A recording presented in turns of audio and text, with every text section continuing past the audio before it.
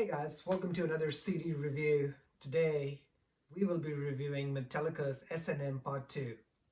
It's interesting that they're calling this as Part 2 and yet this album has 9 songs repeated from Part 1. So I don't know what's up with that. Would have been awesome if they would have picked all the deep cuts for this album. That would have been super amazing. So I won't be able to show you the album booklet yet because my pre-order hasn't arrived yet from Amazon. But at least I've been able to listen to all the tracks on Amazon Music Australia. But I will make a substitute video next time when my CD arrives, hopefully next week. There's a lot to cover in this review, so let's get started straight away. Alright, number 1, the Ecstasy of Gold. So this track is nothing really new if you're a Metallica fan. Moving on to track number 2, the Call of Thulu. This is from Ride the Lightning album and was also on S&M 1. In my opinion, this track sounds way better on S&M 2. Man, it's a tongue twister. The sound recording is richer on this iteration though, so I like that. Track number 3, For Whom the Bell Tolls. This song has a lot of energy, which is awesome because one would imagine that after playing this song for so many years, the band may sound tired, but that's not the case here. Highlight for me is Kirk Hammett's lead and solos. He's using certain licks on this track which I don't think he has ever used before. James is also killing it with his powerful delivery. I'm also loving that the orchestra is not overpowering, but rather it's subtle, which is great. The Day That Never Comes. This track is off the Death Magnetic album, and I'm not a huge fan of this track. The S&M 2 version sounds pretty good though, so I like it. The best part is the bridge solo section. Oh, it's heavy and makes you want to start moshing straight away. And Kirk's solo sounds very energetic and passionate and aggressive at the same time. Love it. Once again, the symphony section is quite subtle in the background, and I love it because it doesn't really interfere with the band's sound.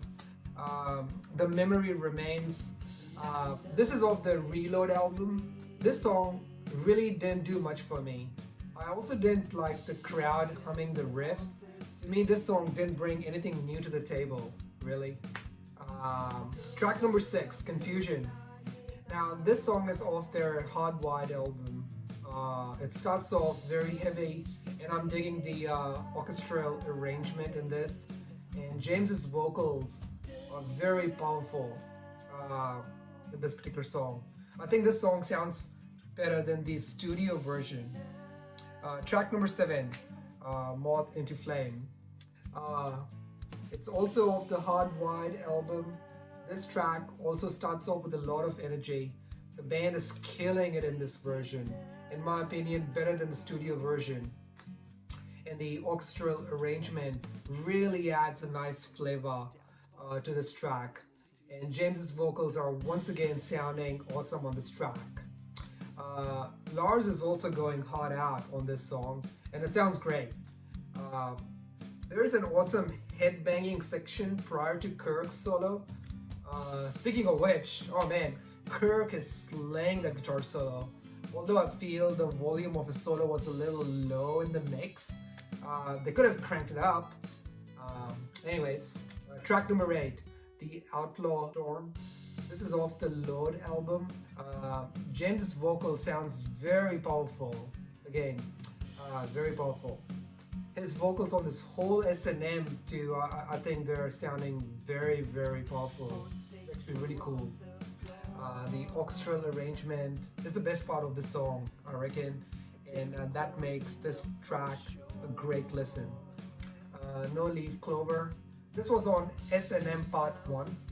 The production of this track on S&M 2 sounds really good though, really nice. Kirk's solo is also awesome on this track. Track number 10, Halo on Fire. Now this is also off the Hardwired album. This version sounds awesome, and the orchestra creates a very haunting atmosphere. I love it very much. This album is best to listen to at nighttime, I reckon, when it's dark. The bridge section, which also has a solo in it, is super heavy and works really great with the orchestral arrangement. Awesome track to finish CD 1. Alright, moving on to CD 2. Track number 1, Intro to 16 Suite. So Lars starts off this track by thanking all the fans, etc.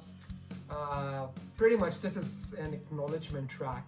Moving on, Opus 20, The Enemy God and the Dance of the Dark Spirits.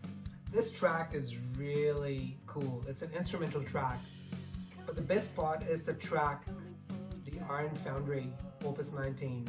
Also an instrumental. It sounds really cool with the heavy guitars. I really dig this track.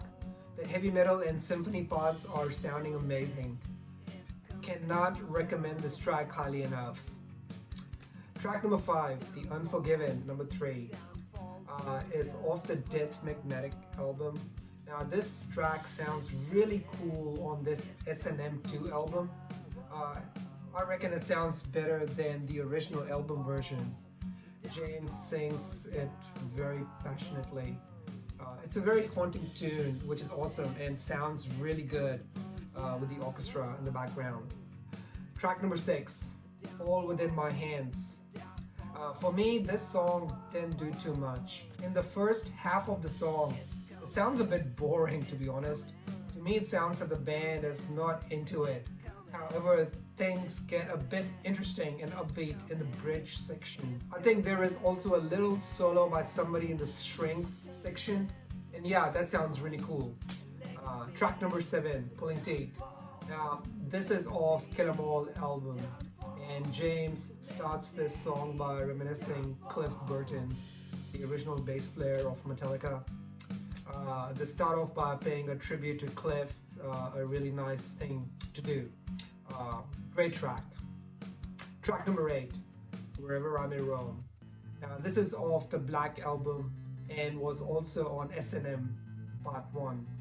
Pretty much the next 4 songs are also on S&M Part 1, although the production of this song sounds really good, better than the S&M version 1.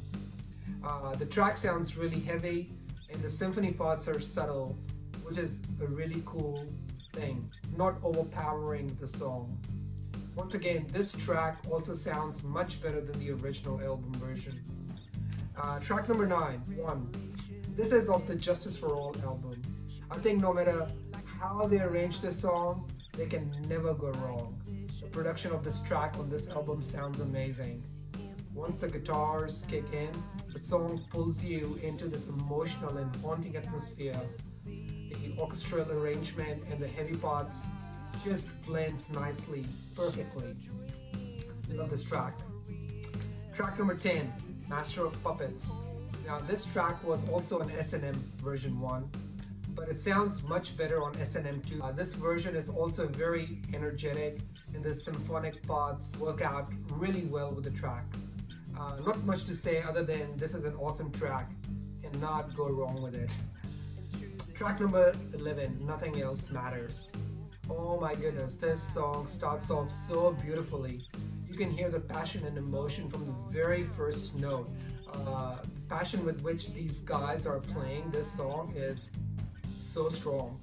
Love it. Once again, James starts singing and you can hear that his vocals are very powerful. He's also enunciating the lyrics very clearly too, which is great. And oh my goodness, Kirk is backing that passion with his awesome lead playing and his solo. It is so good, so very good. Track number 10, Enter Sandman, last track of this album. The familiar Enter Sandman. Sounds heavy and not tinny at all. James's vocals are very strong once again in this track, and everybody's playing really passionately. Once again, in my opinion, this track sounds much better than the S&M version 1. Maybe that's why they did it again. Anyways, the heavy guitar parts and the symphony works really great on this song. Alright,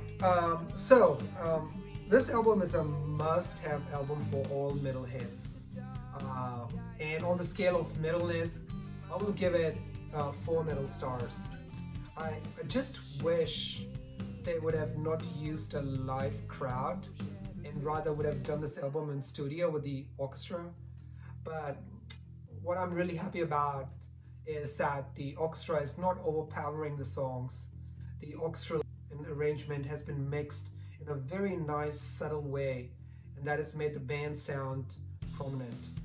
I really love Kirk's guitar playing on this album. Actually, I really like his guitar playing in general.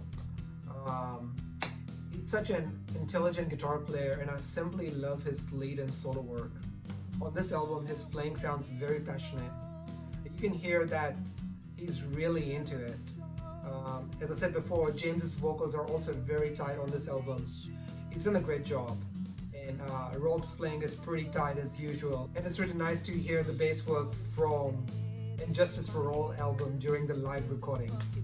And Lars is great as well on this album. Alright, as usual, I'm unable to play any samples of the songs from this album due to copyright reasons, but you can listen to the audio samples on iTunes or Google Play.